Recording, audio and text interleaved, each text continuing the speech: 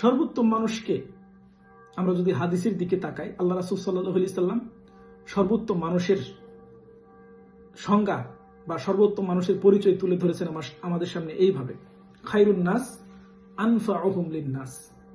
মানুষের মধ্যে ওই ব্যক্তি সর্বোত্তম যে ব্যক্তি মানুষের সবচেয়ে বেশি উপকার করে। খায়রুন নাস আহসানুহুম খুলুকান। সর্বোত্তম মানুষ হলো সেই মানুষ যার আখলাক সবচেয়ে উত্তম।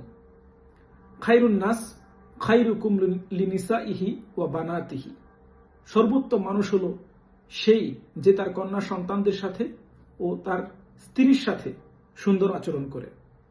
খায়রু বুয়ুতিকুম বাইতুন ফিহি ইয়াতীমুন মুকরামুন। সবচেয়ে উত্তম ঘর হলো সেই ঘর যে ঘরে এতিম রয়েছে আর সেই এতিমের প্রতি সুন্দর আচরণ করা হয়। খায়রু দীনুকুম আইসারা। সবচেয়ে উত্তম দিনদারিত্ব হলো দিন ইসলামের সহজতার যে মূলনীতি সেটাকে বাদ না দিয়ে করা দিনদারিত্ব। খায়রুকুম মাইয়ুরজা খায়রুহু ওয়া ইউমানু শাররুহু। তোমাদের মধ্যে সেই ব্যক্তি সর্বোত্তম যার কাছ থেকে সবসময় ভালো কিছু আশা করা যায় এবং মানুষ যার কাছ থেকে নিরাপদ, অর্থাৎ সে কোনোদিন খারাপ কিছু করবে না, এই ব্যাপারে মানুষ নিশ্চিত থাকে।